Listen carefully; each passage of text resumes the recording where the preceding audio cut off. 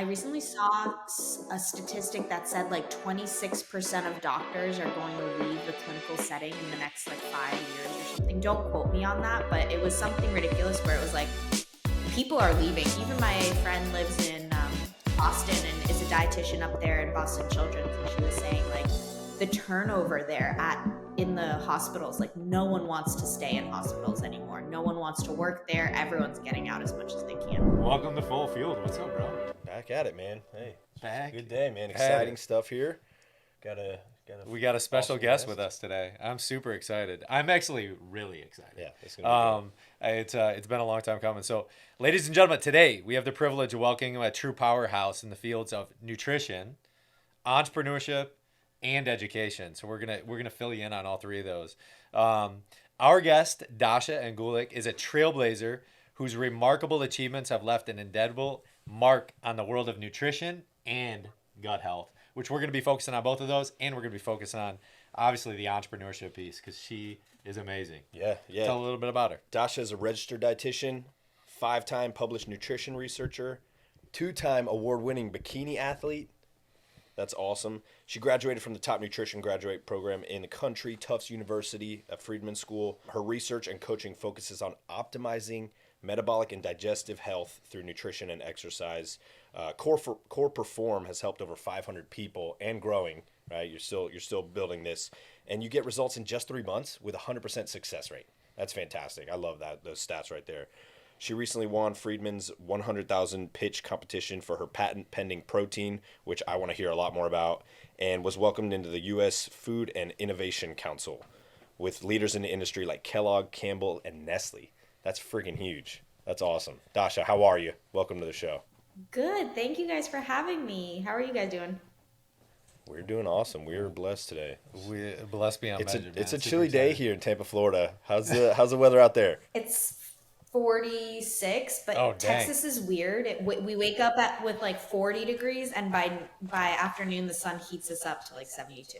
Yeah. That's Florida. That's That'd like be here, Tampa too. right now. We call Similar. that like 75, 55, I feel like. So I want to dig in. We want to get nerdy today, but then we also want to get like I want to hear the entrepreneurship side as well. But our focus is living full fueled, so we want to make sure we focus on the pillars, and that is the main thing is gut health. Gut health is so important, and we know you're an expert in that area, so we want to focus on that. But we also, our first question is, can you share a bit about your journey in the field of nutrition and specifically gut health from your academic side at maybe Tufts and how the thing evolved, even came about, then also to the founding of Core Perform. So if you could just give us a little background there. Sure thing. So, my background is in nutrition research. So, I got my master's in nutritional epidemiology from Tufts Nutrition, which is a really fancy way of saying how diet affects disease. And so, my thesis at Tufts was looking at the paleo diet. How was it created? Who created this concept? Is it actually valid based off of the research that we have around it, which it's not. Like we didn't, as human populations, we didn't really eat like they say we did. The research says that we ate like 110 grams of fiber a day, and that's not realistic, which I can go into later on. But my research really focused on the paleo diet, and at that time, I was getting diagnosed with celiac disease. So I was going through my own gut issues at that time, battling with doctors.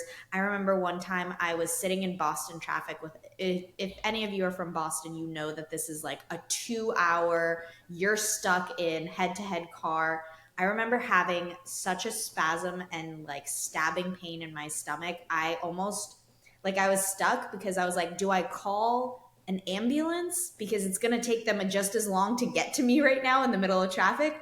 Or do I try and make it at another 30 minutes to the next exit? Like I was in so much pain during that time, and that really fueled a lot of my interest in gut health and understanding why the system is so broken in terms of the medical system. I was wanting to be a doctor, and then, I was like, you know what?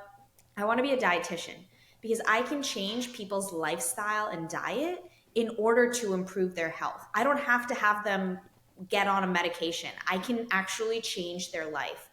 And that is the most rewarding part of what I do, is I get to transform the actual human being. After people work with me, I get to see the brightness that changes in their life. I get to hear about how their coworkers are commenting about how much nicer they are and happier they look, and what's the magic trick that's now going on.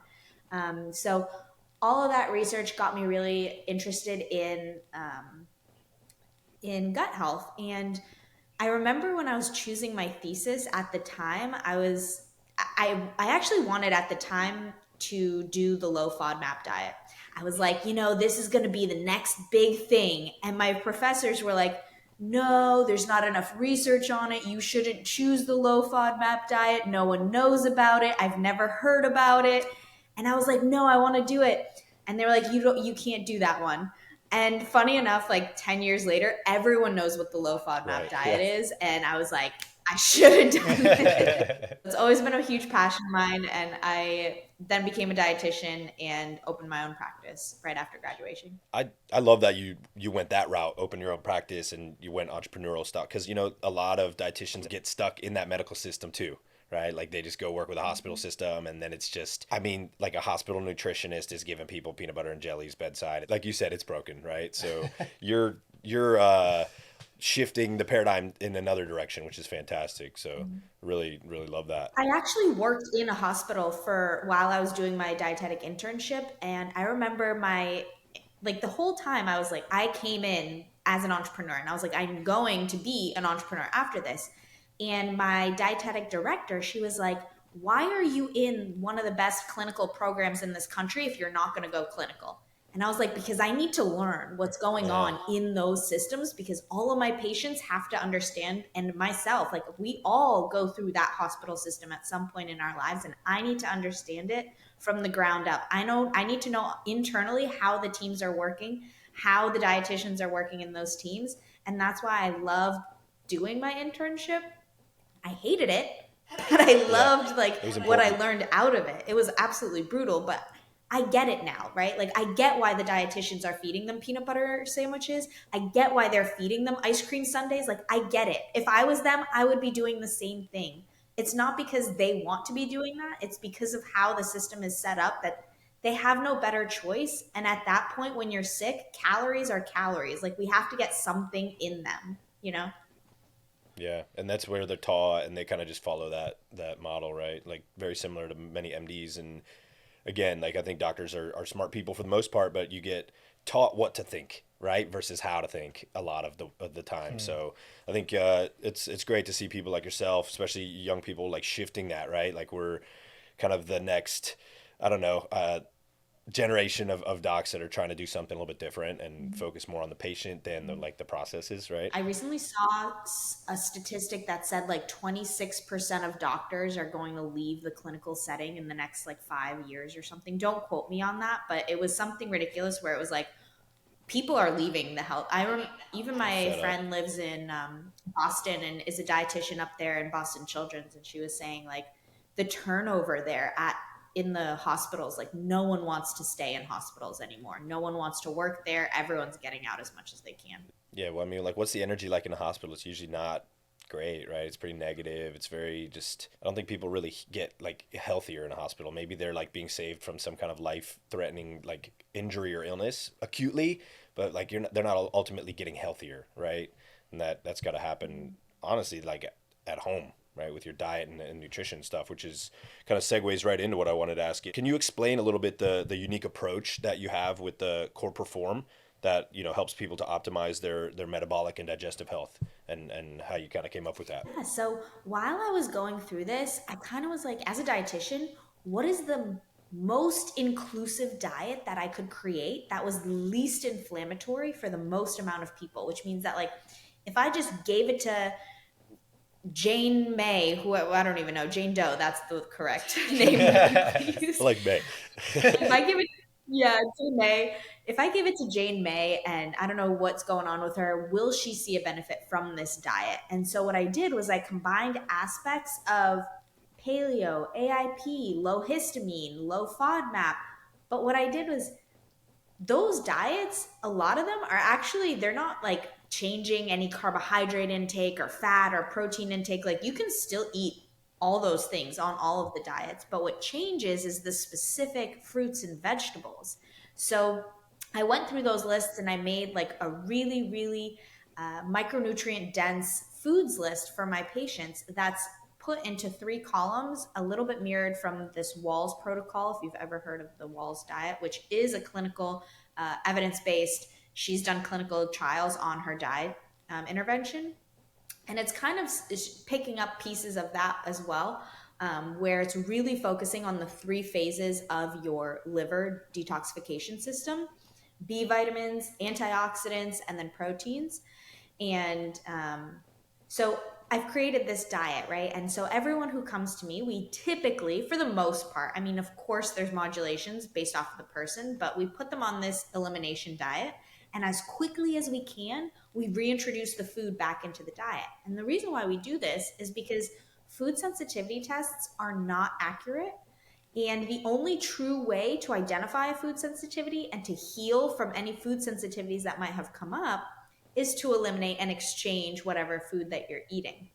So we see huge results without even needing to do expensive testing, put expensive supplements on you, do whatever it is. It's truly a natural process that we try and focus on. I love that. Yeah. I do some similar stuff in my practice, not as in depth as you, but what's like the buy-in with patients? Is that tough for you to get, people to, hey, let's make sure we're eliminating this? Is that what kind of roadblocks do you come into contact with? Honestly, it's not very difficult for the first week or two, right? And the reason being that I think that most people there's really no roadblock, to be completely honest, Yeah. because within the first week, people feel so much better. Like I have people losing between 0 to 10 pounds. I had a girl once lose 10 Wow. pounds of water.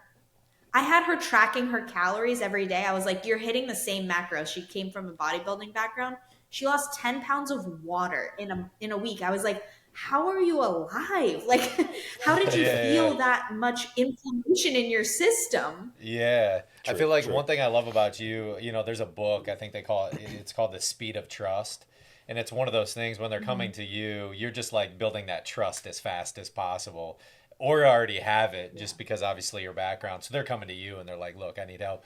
But the other thing that I love what you're saying is like, it's part of the reason why I love Dr. Lane Norton. He's all about the science. Give me the science first. Like I want to be science forward. I want to figure out like the root, and then we'll trace back, and help you. So this is another question in terms of like 100% success rate in core perform, because like those when proteins, I take proteins when I'm working out, they majority of them do leave you bloated. There's some sort of digestive angle that like throws you off.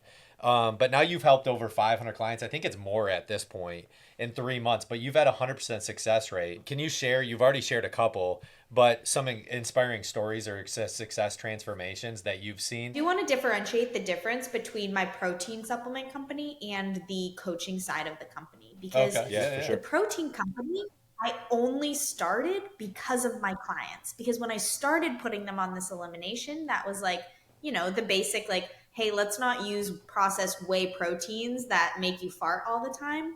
And they were like, okay, Dasha, well, what's the solution? And I said, I don't have one. The plant-based proteins on the market right now have heavy metals in them. They have tons of gums and fillers, and they're filled with like vegetable fibers and all this. Like the ingredients list is so long, and the amino acid intake is not optimized, which means that I need you having double the amount. Can you imagine someone with GI distress now having to have double the amount of this chalky protein and liking it? Like this just doesn't make sense. So I was like, I need to create an amino acid optimized formula that matches whey in a 1-to-1 scoop. So just as much leucine, just as much essential amino acids in this one scoop as this whey protein scoop does. And that's why I created that core perform formula that was top 9 allergen friendly, that could be digested, that didn't have gums, that didn't have artificial sweeteners, and still tasted amazing. So that's why I created the core perform protein powder. But I do not require my patients to use it at all. I only created it for them because they were asking me for that solution to begin with. And I say, hey, this is one option, but like If you want to try beef isolate, you can try that. I personally think that that tastes like metal, but you can try that. And like you can try all these other options. That's Yeah. awesome. Nice. Yeah, and I think, I've gone through in my past of, being an athlete, bodybuilding, and like just being becoming a chiropractor and stuff. I've gone through so many different brands of proteins, and there's some I like better than others, but there's always like, yeah, like you're talking about the toss up between like ingredients that are most people can't even pronounce it. What the hell's in this thing? And then is it coming from a clean source? So that's fantastic. I'm gonna get some of your product too because I want to try that. Yeah, for sure. One thing I wanted to ask you too, because I've heard it in a previous podcast, and I'm so interested because it's come up a number of times, and I'm always asking like, why don't we know what a healthy gut looks like, right? One of those things we know what like an unhealthy gut looks like, but we don't know what are the precursors to make the healthy gut. That's always been a question for me. Like we know what a healthy artery looks like, a clean one. Why can't we get to the point of like what a healthy gut looks like? The reason being is because we have millions and billions of these microbes and parasites and yeasts that create our microbe and or our microbiome, and we would have to quantify and define every single strain in Yeah. order for that to happen, and we haven't even Wow. identified all the strains, and they change That's right. on probably a week to week basis. I mean, those strains are probably replicating and creating new like strains on a monthly basis in the population. We don't know at this point. I think that Harvard has done a great job with their human microbiome project. So that's why we know a lot of the major species, families. We can't define quantitatively exactly what constitutes a healthy microbiome because we just don't know enough yet. And there's so much biodiversity between people and from different places, right? So like I have identical twin sons. Most likely their microbiomes are going to be different in some way, right? Even though they're identical twins, their genetics are the same. And we grew up in different areas, drinking different water, eating different foods, different like social interactions that all influences it.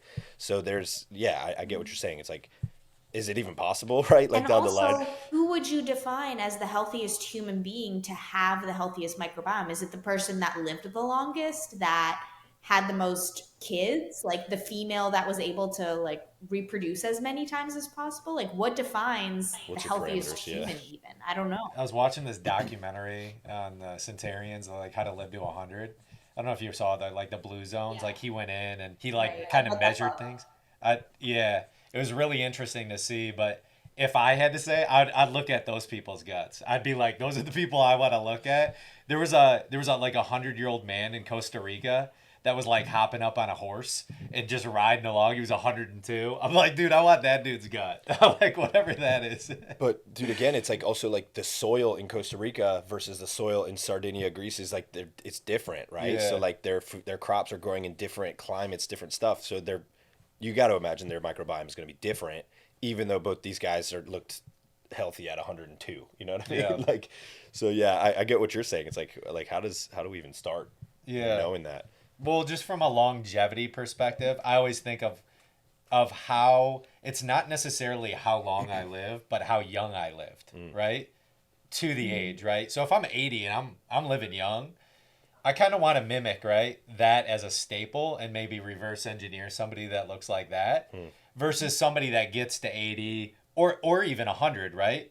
But man, they're not holding it together. They're walking. I'd rather think of the imagery of, well, I got to 80, but I died as young as possible. So from a longevity standpoint and how like we're learning Right.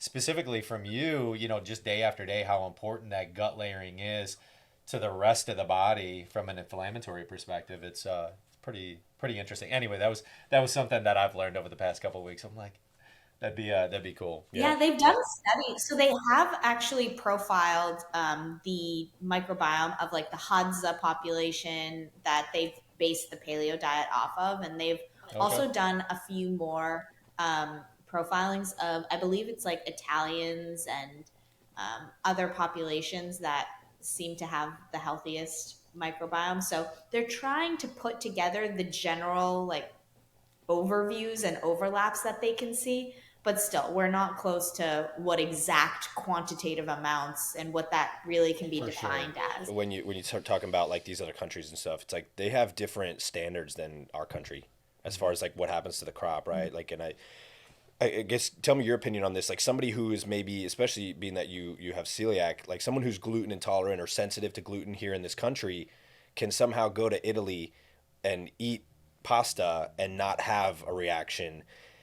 How much of that do you think, and again, like maybe we don't even know the answer, but how much of that do you think is actually the gluten, or is this what they're spraying on the crops here in this country, right? Even if you get organic, there's water runoff that can get into the soil, and you know, everything's basically laced nowadays. I'm not 100% sure, and I have not looked into the research on this. However, I will say that when we have allergenic reactions, we're reacting to the proteins, right? So we're reacting to the proteins of the specific crop that we're eating. That's why people are allergic to fruits and vegetables. When we react to it, we're responding to the proteins. So I don't know that that specific species has a different gluten creation. Maybe I look at like a bodybuilding perspective, where if you repeatedly eat the same thing that is inflammatory, you will become sensitive to it. A lot of people talk about this in bodybuilding with like oats, for example, or something like that. And for us to say that it's the grain versus the spray, I'm not sure. Right. Yeah. There's been a recent study that said that people who eat more fruits and vegetables in our country live longer. And what's sprayed with glyphosate? They had the highest Right. amount of fruits and vegetables and of glyphosate in their system, and they lived the longest. So is that saying that glyphosate is safe? And fruits and vegetables, no matter what, will make you feel better? Like taking that knowledge and then applying it to, is it the spraying when we go abroad? I don't think we know the answer yet. I would only assume that it has to That's a good do more with the perspective, yeah. specific species that we're consuming in the US. And I think that it has more to do with that versus something abroad. I don't want to go off this topic because you mentioned something that we didn't have in our questions that I definitely want to tap into. Is the bodybuilding? How did you get into that? Like, what was the antithesis? Was that something like that it was always programmed and you're like, oh, I want to get into that? Yeah, I'm an optimizer. I nerded out in college. So I stopped That's why we got you on for here. 12 years of my life. I love optimizing. So I was looking at like, what is the healthiest diet and what is the most effective exercise for longevity? And I think that during college, I was really focusing on looks, right? And while I was going through college, I realized, fitness has nothing to do with how you look and everything. And I think because of bodybuilding, once I kind of left that chapter almost, I was like, fitness is nothing about bodybuilding. Fitness is about how long you live and how many times you can reproduce. That, in a biological standpoint, is exactly what fitness is. How many offspring you can have and how long you can live in order to continue to have those offspring and nurture a family. So at that point, I was like, that's what fitness is. And that's when I started focusing a little bit more on adding in hormone integration and optimizing hormones and wanting to make sure we add that into our gut and hormone life. And I think that overall, what I've learned from everything that I've studied, and even like diet and lifestyle and all the patients I've seen, is that there is a huge mental component, and that every single one of those like blue zone communities, it's the community. The people in a community last the longest. They have the least amount of stress. They are passively active. They have stress resilience because they can be stressed and then they don't feel stressed throughout the day. Like we have a siesta in the middle of the day, like they're relaxed. And in the US, we live under constant pressure. We have so much to do. So are you up at 4 a.m. to get to your workout? Like that is the opposite of what longevity is, right? Yeah. That perspective is awesome because bodybuilders and people who are performing like these athletes, like you did bikini shows, right? Like you get down to that, especially as a female, you get down to that like 10% body fat. Mm-hmm. That is extremely low for a woman.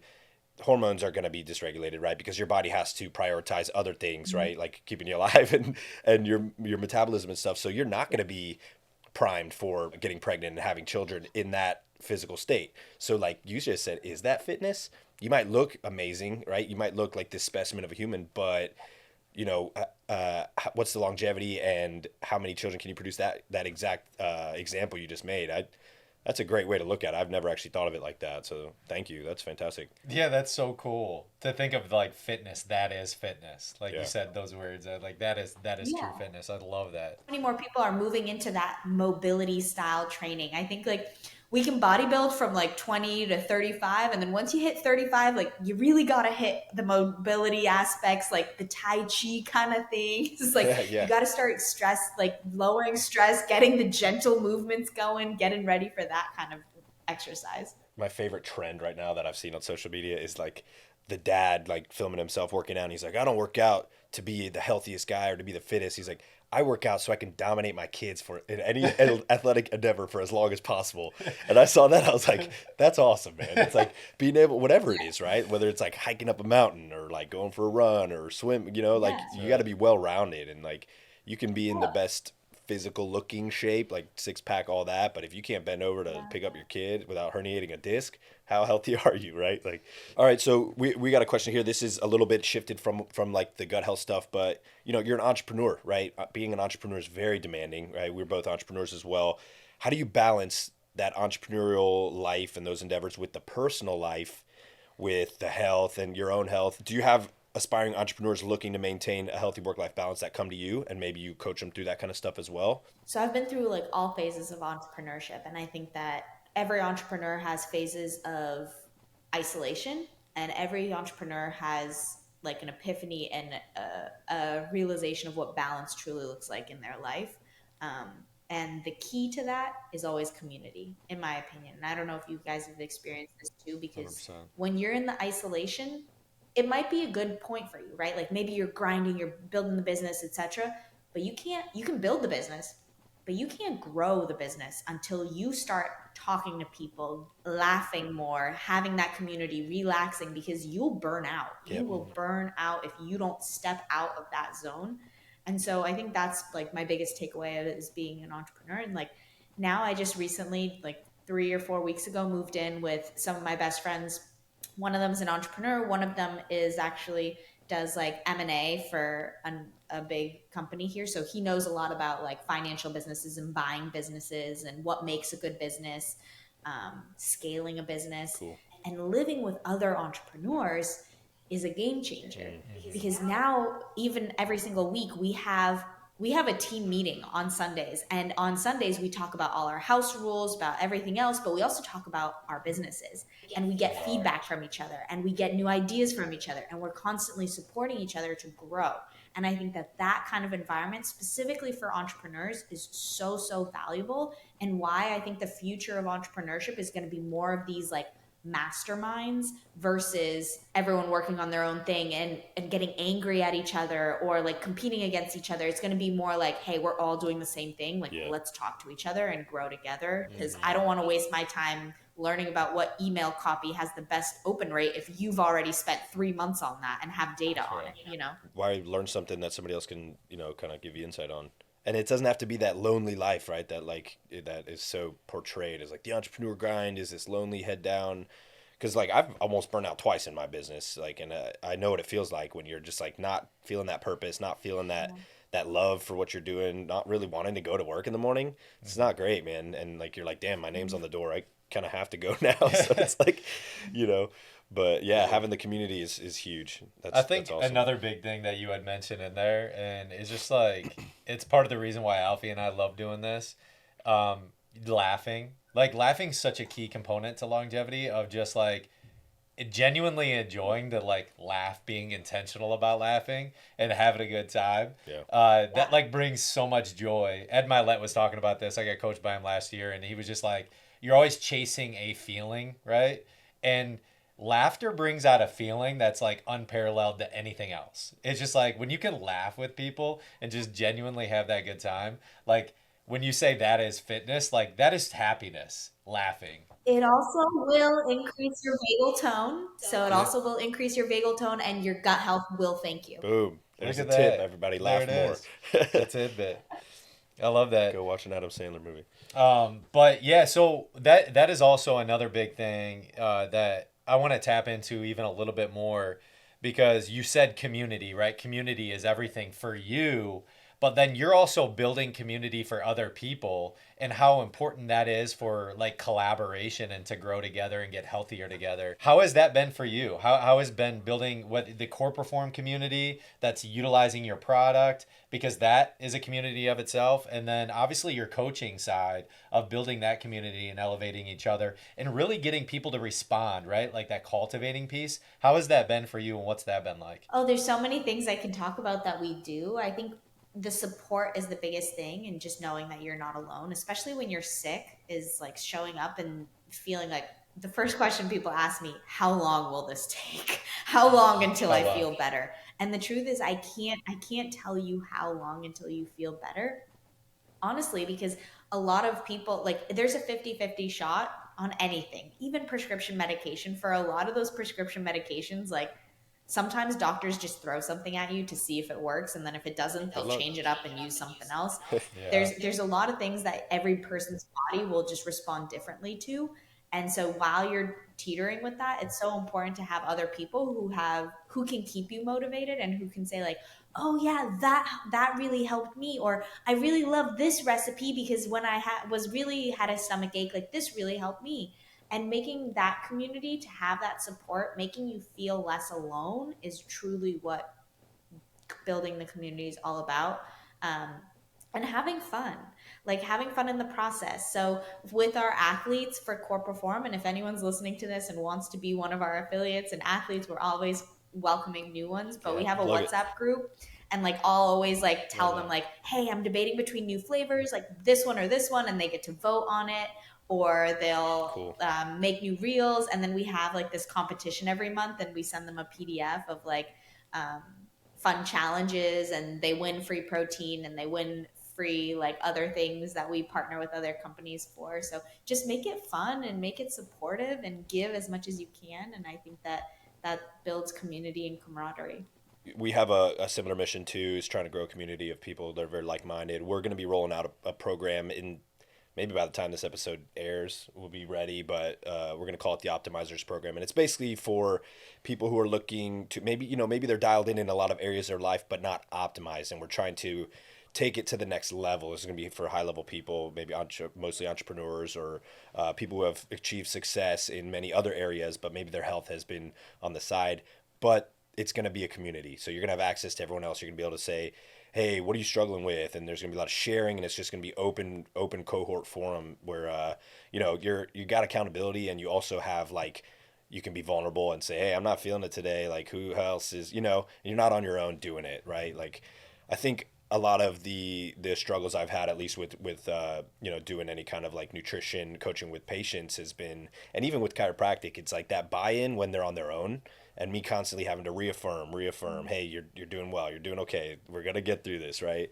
But when you got someone doing it with you, like if I get like say a husband and wife come in for chiropractic care, and they're doing it together, and I put them on a similar protocol where they're coming in twice a week together, the results are always better. It really is. And I should get a study done or do some like internal work on like the numbers. But when you have like a accountability buddy, man, it's night and day for sure. Accountability will transform people's lives and make sure that there's different theories of behavior change. I took an entire class on it in my master's Yeah. classes. But there's like external motivators, internal motivators, and in order to get to the external or the internal like habit routine building, you have to sometimes have like an external motivator, like a friend or an accountability partner, who will get you there. You typically work one on one, or do you bring them collectively in the community almost right away? Or do you work with them one on one and then bringing them into the community? We have weekly calls in our community, and then Okay. on top of that, if they want the extra support, and then on top of that, we have the one-on-one check-in. So they get the opportunity to feel part of a community. Like this on Monday, we did vision boarding for 2024. So we Okay. talked all about resolutions and what happened last year, what we can look forward to next year, and how we can create OKRs for that outcome. Are you an EOS, Entrepreneur Organizational System? to run your KPIs and OKRs, and I do it myself. you do it yourself. I love that. As a fellow entrepreneur, I am the lawyer. I'm the lawyer. I'm the operations manager. I'm the cook. I am the everything in the business. Are you familiar with Traction? Are you familiar like with the EOS model? You ever read those? Oh, really? They're pretty good books. So there's a book called Traction, I'll have to and then read. Scaling Up by Vern Harnish. He's really good. He's based out of Colorado, but all these practical things, but that you're talking about. But like I do them personally. So I met with some guys this morning, including Alfie, and we kind of have a scorecard of life that we build out things. And those are kind of our OKRs and our KPIs for the week of how we're focusing on faith, family, relationship, finance and business, and fitness and health. So we want to make sure we're queuing those up and measuring those on a weekly basis. But then in business, obviously I want to know how the sales department's doing, the marketing department, the operations, and then the finance. So that was just from an entrepreneurship question. I wanted to tap into real quick, but you've had a lot of accolades and recognitions throughout your career. So, and it's short. You're young, aren't you? How old are you right now? 29. You're 29. You're so young. Good stuff. And you've just had remarkable, obviously, acceleration in your field. I love the research piece. What achievements stand out for you, like just right now, and then from the past, and then what do you got on the horizon? What are you thinking of? What next year, and then maybe even the next couple years? But what's one thing that really stands out to you? And then what do you got so what are some things that are coming up that you're really excited about? So I've never felt proud in my life. I think that this may be actually a common thing with females, and especially who have this type A personality. Like I've never really felt proud of my life, except for one moment. And that one moment was when I graduated Tufts, because so many people bash colleges and schools at nowadays. They're like, no one needs that. Honestly, that school changed my life. They gave me opportunity, and I'm forever indebted for that opportunity and for those connections and for the research and for the knowledge that they gave me.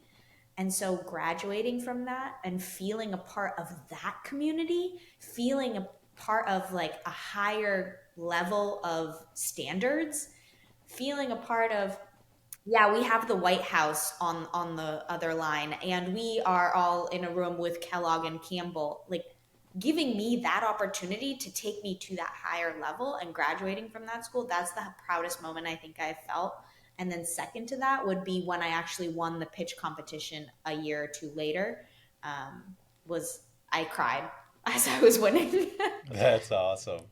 That's so fantastic. cool to hear about that. What do you have in the works for Core Perform and for your coaching program? Like what are things that you're looking in future tense? Maybe some goals that you have, and it could be clients, or what are some things that you're thinking of in the future? Yeah, we have some fun ideas.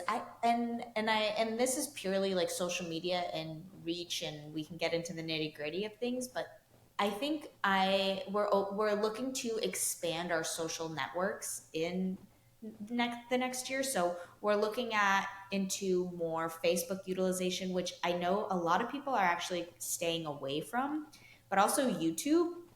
And so we're just trying to test out the waters. And I think entrepreneurship is constantly a risk. You kind of have to take risks in different areas and grow different Right. channels. So I think we've mastered Instagram at this point, and now it's a matter of, okay, we have systems and operations set for Instagram.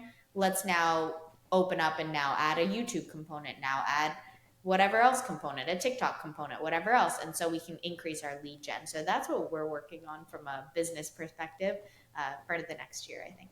That's awesome. No, that's Yeah. awesome. Socials is such a massive strategy. Yeah. But then also like that piece, and I want to focus on this a little bit because like that proud element that touches me because I feel like I have a really hard time with that of enjoying the process so much that like I get these daily pride Yeah. moments every day. I'm like trying to go back to that of like I like man, I was actually proud of yesterday. Like I like not one of those things where I'm constantly achieving and it's driving forward, but literally I'm going through this like scenario like this week, right? Of like I'm so forward bound that like these proud moments should be happening like more often. I feel like because we talk You're about so that right. longevity component of just being able to laugh Yeah. and enjoy that process of the journey. I don't want to get to the point where um, I like bringing this Tom Brady analogy, but like when the next ring's always the best one. I want to be able to process things like kind of like as they happen and as things slow down. Uh, what's your take on that? You made me think of like gratitude journaling, and I Yeah. can tell myself, I am telling myself every single day, I'm so freaking blessed of what I do. I get to help so many people, and it made me think, what is the difference between gratitude and pride?